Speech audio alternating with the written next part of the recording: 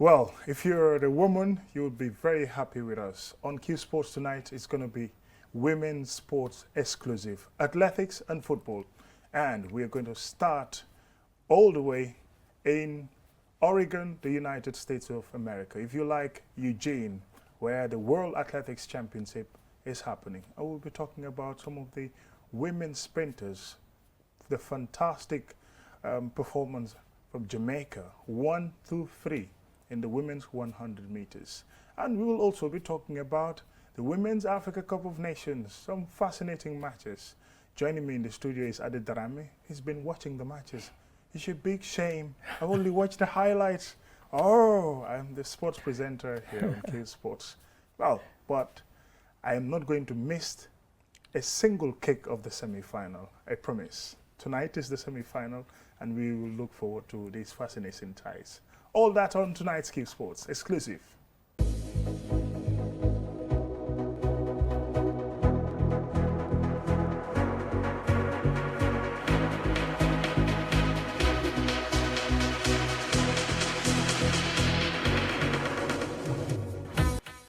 Welcome and thank you if you're just joining us. This is Qports and I'm Umutu Kajaga, and joining me in the studio is Ade Darame. We're talking about women in sports, and where better way to start than the United States of America. Portland, Oregon, Eugene to be precise, is the World Athletics Championship. We've seen the women's 100 meters final where it's been all Jamaica, 1, 2, 3 Jamaica. They swept it completely.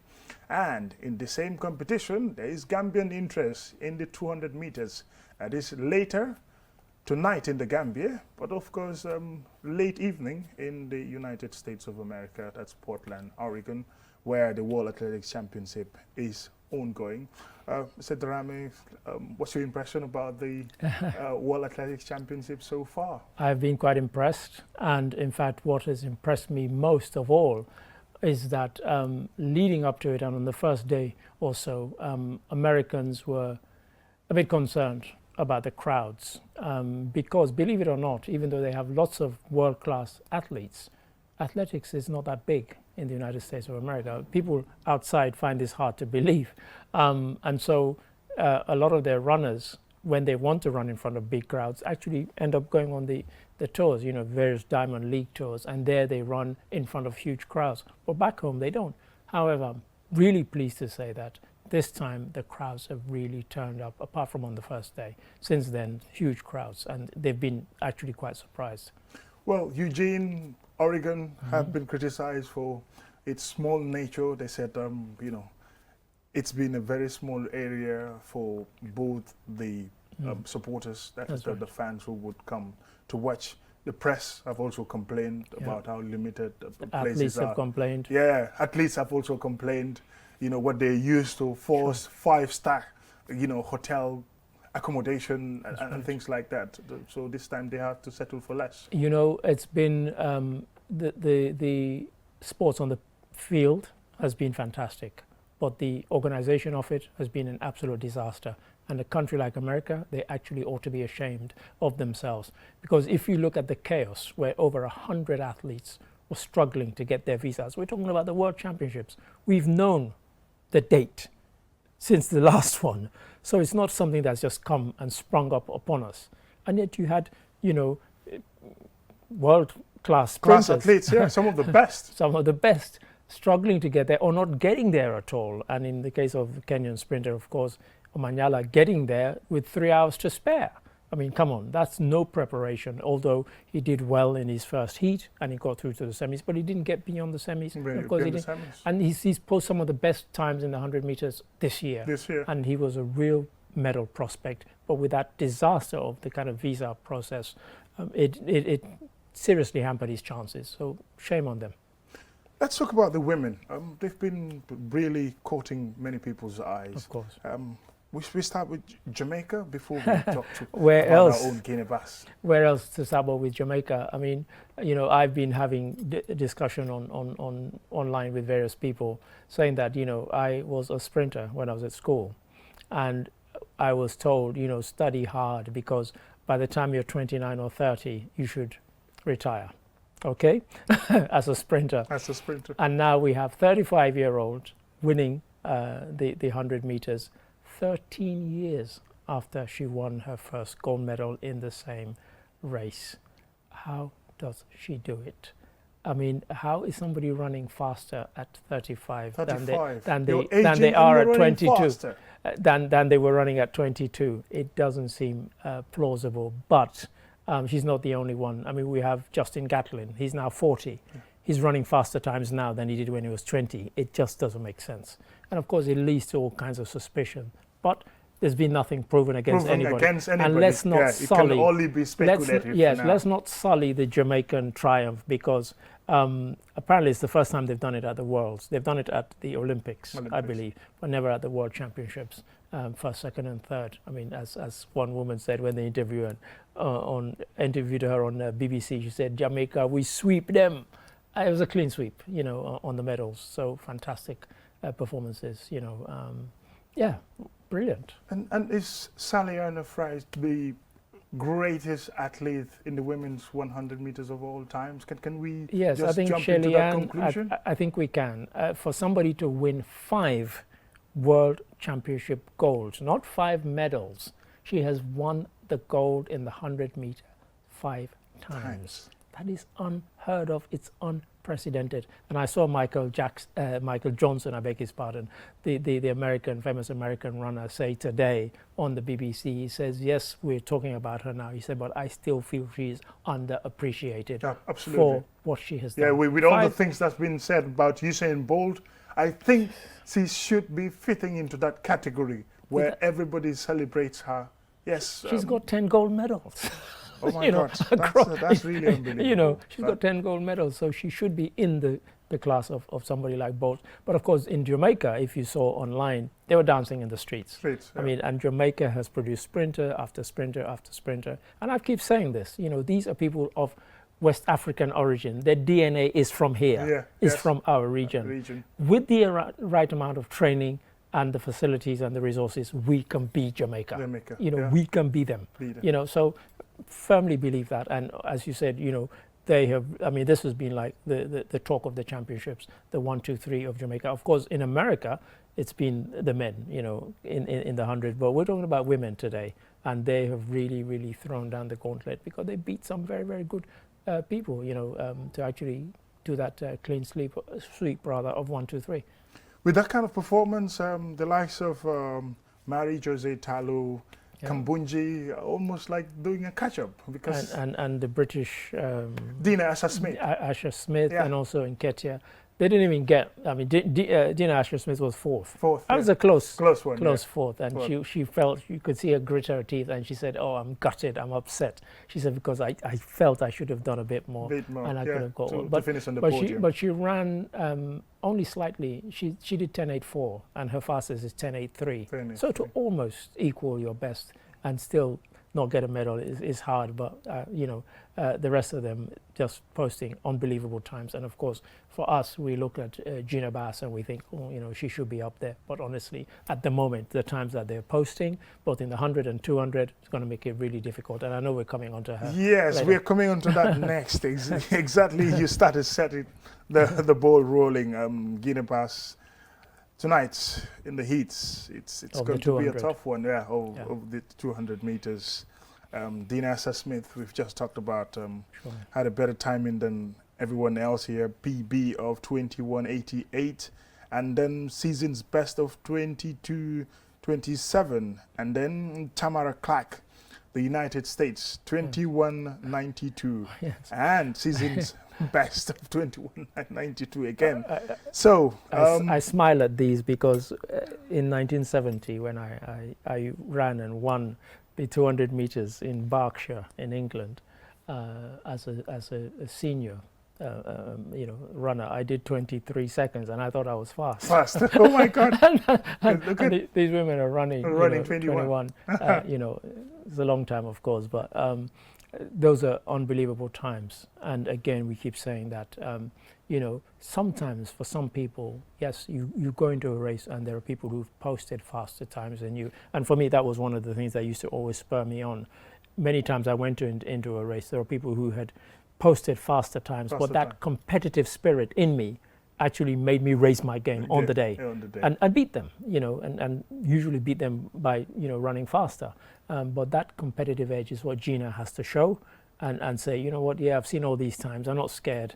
I'm just going to go out there and do my thing. And who knows what might happen. But if you're on paper, of course, the thing is not on paper. Yeah, the thing is not on paper. It's Yes. on If the it is on track. paper, Then of course, she might as three. well not turn up. Yeah, might not turn up. And Yeah. it's the three best This is who it. progress to the semi-finals, of course. In this, there are three whose timings are better than hers. That's right. Yeah. And we always say this thing, when you go into a race like that, and we say it about football, we say it about athletics, when you come off the pitch at the end of a football match or you come off at the end of a run, never ever come up with regrets and say, if only I had done, leave every drop of sweat on the pitch or on the track. On that particular time. Leave it there and come off thinking, yes, I've done my best. If somebody beats you, fine. But don't come up with regrets in your head. In your head, yeah. Definitely. And that's what Gina has to go into and just say, you know what, yeah, these people, they think they can beat me because they posted faster times. I'm going to show them. And I'm going to run.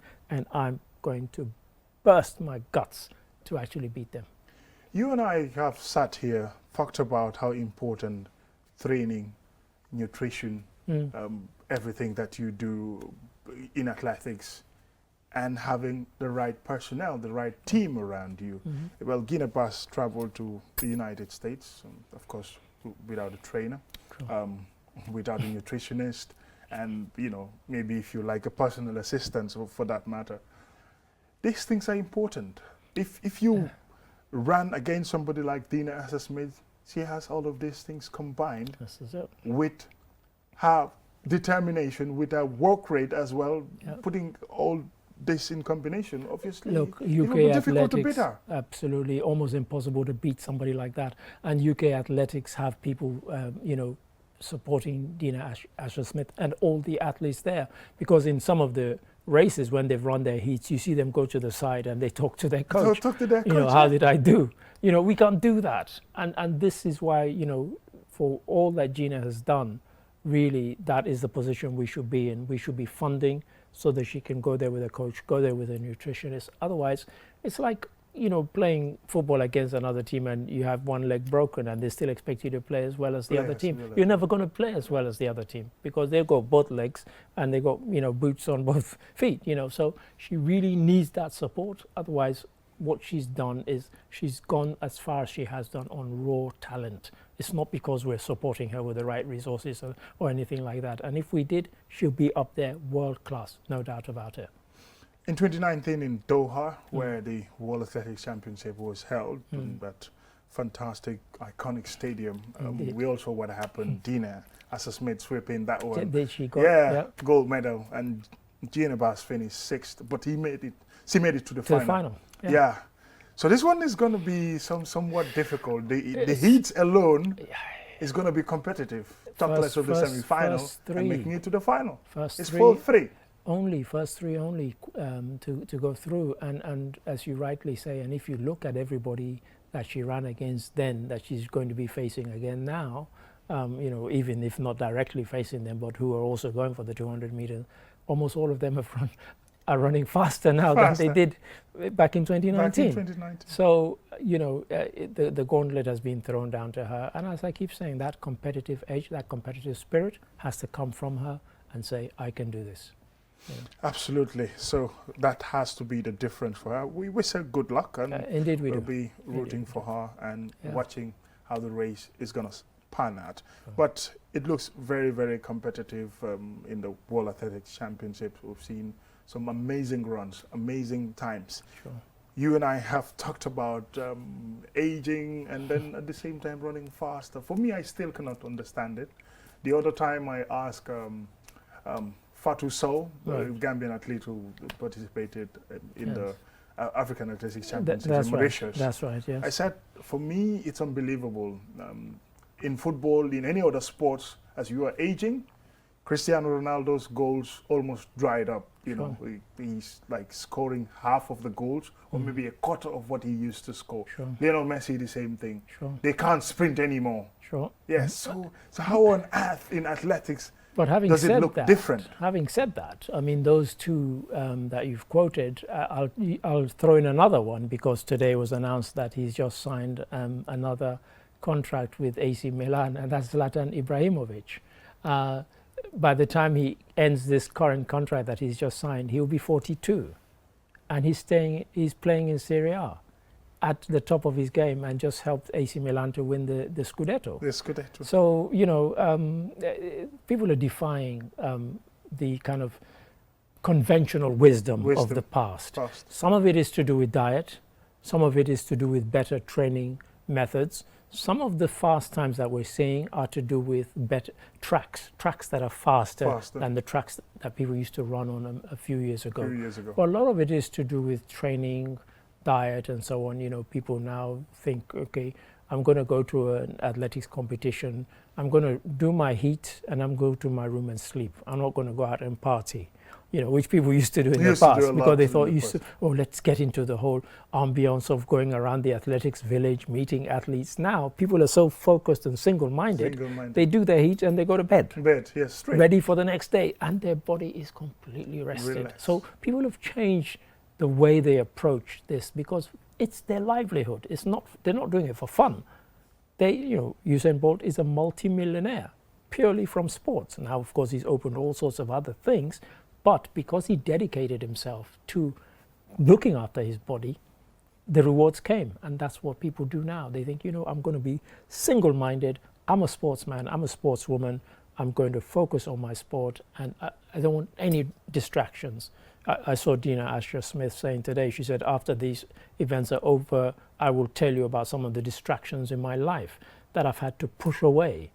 And all the British commentators were like, oh, I wonder what she can. She said, it's family stuff. I won't talk about it now. I'll talk about it after. So that's the kind of single-mindedness and focus that needs to be had if you want to reach the top. And she was saying that because she's done these things recently, I mean, the fact that she mentioned it meant everybody's thinking, I wonder what she can be talking about. She said, the fact that I've done it recently has allowed me to do these better times in the last month or two that you weren't seeing from me earlier in the season. So again, you know, that's an example, pardon me, of somebody being single-minded and saying, I'm an athlete, I am going to dedicate myself to my sport. Absolutely. It's going to be looking very much trailing. So we would watch the women's 200 meters heats, the semi-final, and as well as the final, who again, is it going to be another Jamaica or is it going to be this time United States of America? Who knows? So we'll see how it's going to pan out there. We will take a short break, and when we come back, we will talk about women's football in Africa. The Women's Africa Cup of Nations, if you like, WAFCON, is getting very fascinating. Semi-final stage now. It's South Africa playing against Nigeria, and you also have Zambia, South Africa, and you have Nigeria playing in the other semi-finals. Morocco. And Morocco, the host. We're looking forward to that after the break. Sure.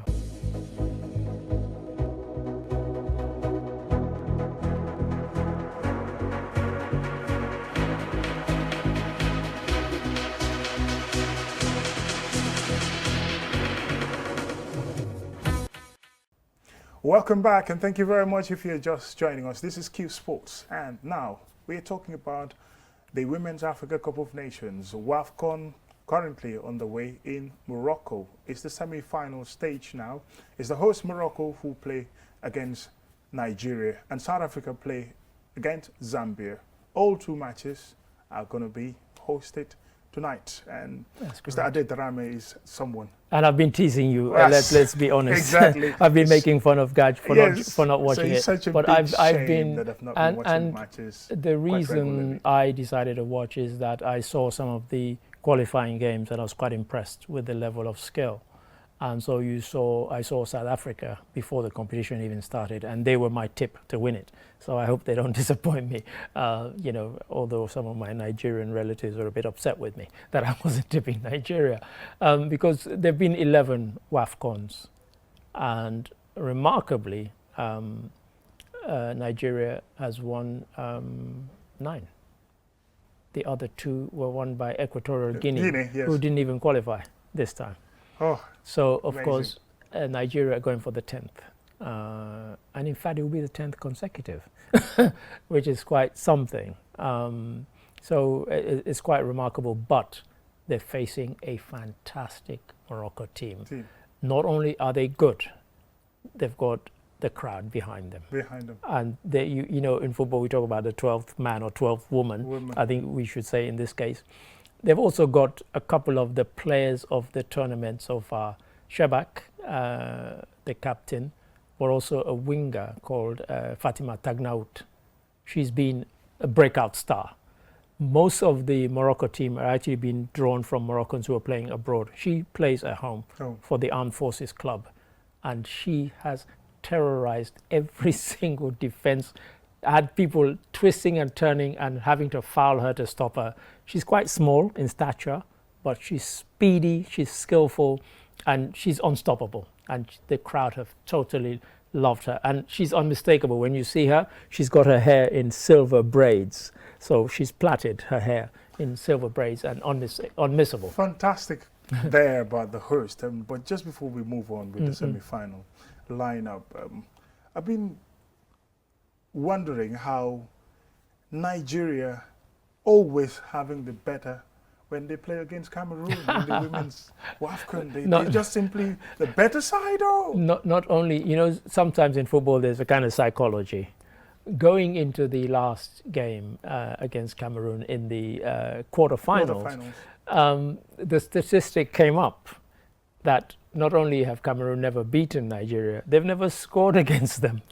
And so straight away you go on the pitch thinking, what is it that... And when you think of how well Cameroon did in the previous Women's World Cup, they really were one of the teams. Individually, they have players who are fantastic like stars in their clubs. But I think it's up here, it's in the head. Mindset. As the mindset was such that, because Nigeria really had not played that well, but they did just enough to get over the line. Right. And so if you see what has happened to Cameroon since, because of course they lost the quarterfinal, but then they had a playoff match, which gets them into a World Cup playoff.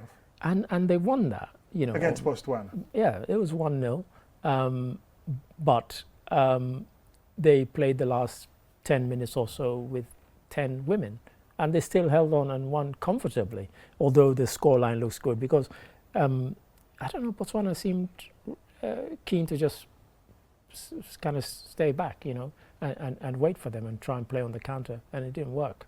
In the other semi-final, Senegal, that was even closer, 0-0 after extra time, and it went to penalties, and they won 4-2. They scored 4. One of their penalties was saved, but 4 of the others were scored by some of their best players. Against Tunisia.